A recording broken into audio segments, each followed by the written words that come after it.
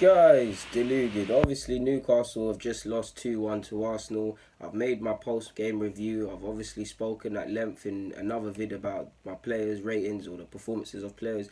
But I've got some additional thoughts. You guys know I always have additional thoughts, and I never quite remember them when I'm making these vids. So, first and foremost, the Xhaka and Torreira partnership. Now, clearly that could be a partnership going forward. I mean, we definitely, if you could say, if I could really say this, in recent years, hence why recent years, last couple of years, this is probably our best collective midfield options we have.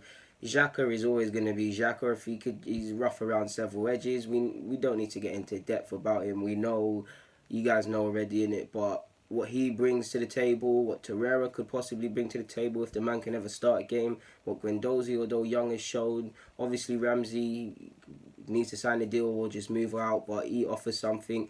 So yeah, there's a lot of options. I personally want to see three midfielders, to be honest with you. But Torreira and Xhaka, based on that second half, you saw Torreira's game, not Torreira, sorry, Xhaka's game improve when he came on. For me, Xhaka and Guendouzi, they work very well together, to be honest with you. But for me, they're very similar in the sense that they both kind of occupy at times the same areas. Both go forward and vacate space.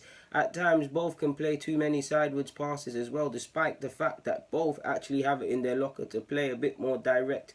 Obviously, their manager might be telling them certain things, and I'm not saying every time you get the ball you need to do that, but it just looks like when it's Torreira and Xhaka or Torreira and Guendouzi, it's like versus when either of them are with Torreira, it's like rather than kind of both be similar, it's like an acceptance. Okay, Torreira's gonna kind of be this policeman that's gonna mop up everything, and the rest, all these midfielders trying to attack our goal, I'll go forward and do my thing, my false 10 thing, like what Xhaka likes to call himself. You saw that. Torreira is not the answer for Xhaka, in my opinion. What I mean by that is, he can be the answer in that he can enable Xhaka to do things better, but you cannot rely on Torreira to make up defensively for all of what Xhaka lacks. Xhaka is never going to be great defensively. Xhaka is never going to be a white Vieira or Petit or something like that. He's never going to do that. He's not, for one, he's nowhere near as dynamic or mobile. He's got a lack of agility. His strengths is just a pretty boy passing and things. But he still needs to improve defensively. He needs to be able to focus positional wise, not concede dumb fouls, actually give away good fouls at times. Balance in how you want to play. Sometimes it's good that he doesn't feel pressure and stuff like that. But at times he's a bit too casual, and it's no surprise he plays much better the more time and space the opposition gives him. So while I do think opposites can work together and they can be a good blend for each other, and it could just, away from that, be a good midfield partnership, Torreira can't make up for all of the frailties, and Torreira's not necessarily perfect as well. But you get what I'm saying. So it's a good fight between what he wants to do. Emery, I'm speaking about in regards to them two or three with Guendouzi. I'd probably bring them both three and play together, which brings me on to our next point. He's experimenting with the formations, but shouldn't 4-3-3 be our thing, people? And I say this because in the second half, to a degree, it looked like we went to a 4-3-3. And they just look a bit more comfortable. I don't think knows his, and I can't blame him. Would you necessarily know your best formation, or would you just be going with the formation that you feel the players are most accustomed to? That's just some fit thoughts. And my next thought, I'm exaggerating this a bit, and you're gonna look at this like, DJ, what the hell is this? What is this?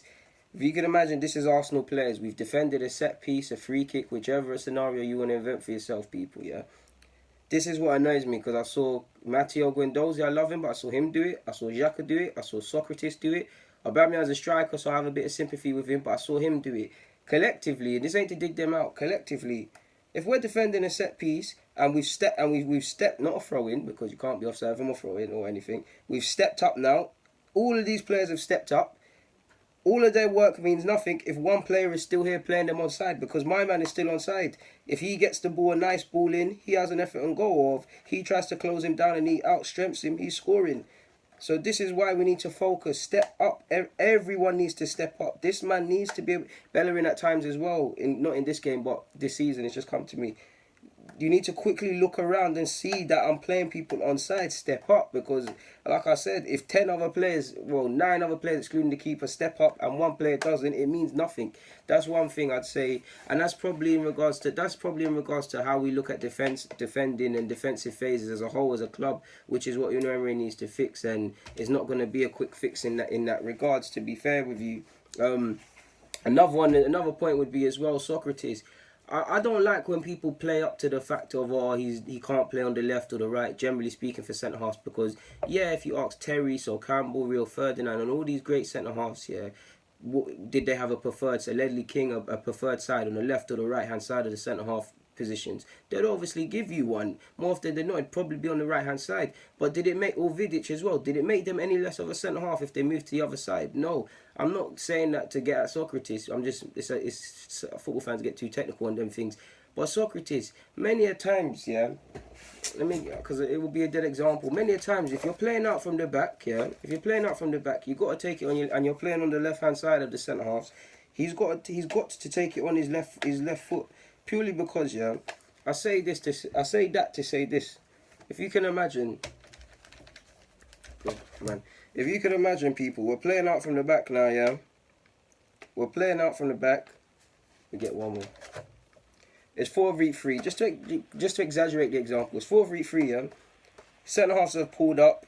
Centre half have pulled out. Guendouzi's made an option. Socrates is obviously my man here, innit? If you take it, if Czech passes it to you and you take it on your left, I'm not saying all the time, but occasionally you take it on your left foot, you open your body up. So now you can now play a ball down the sides. I don't know if the left back or the left winger is there. You can play, or you can play someone inside. But more often than not, he takes it on his right foot, so he's stepping inside. So if he's closed down, it can get long. He steps on his inside, then you typically see him play a ball like this. I don't necessarily like that ball. Sometimes he soldiers it and plays it down there, but imagine that ball gets cut out. And sometimes this is what happens. He takes a touch on his weaker side, and we get closed down. It might go to Czech, and Czech makes the one mistake that's remembered. So that's something that gets to me. That's one thing as well that I'd say we need to speak about. Game management as well. Just a little mention on game management, because ultimately we was 2-0 there. We was playing great in the first half, second half. Everybody seems to be fine and enjoying it a bit too much, because we really should have had as much emphasis on going forward in the pretty football as wanted to keep a clean sheet. And we were at times throughout the whole game, if I'm picking at straws, which I am, because I love you guys and I love doing this, strikers and midfielders at times, we're leaving them unmarked, we're leaving them isolated. Again, you saw with the fullbacks, with what Newcastle were trying to do all game, play balls into the channels and isolate our fullbacks 2v1. Their left back and right back, and left winger and left winger and right winger versus our fullbacks. If you don't understand what I'm talking about when I say 2v1, just things like this needs to be improved. And the more we get closer to 10 games, the harsher I'm going to have to be on Unai Emery, to be fair with you. That's not saying Unai Emery out on things, that's just you're the manager. So yeah, man, I've got nothing more to say on that front. But guys, deluded, get in the comments, subscribe and do the rest if you wish. I'm out.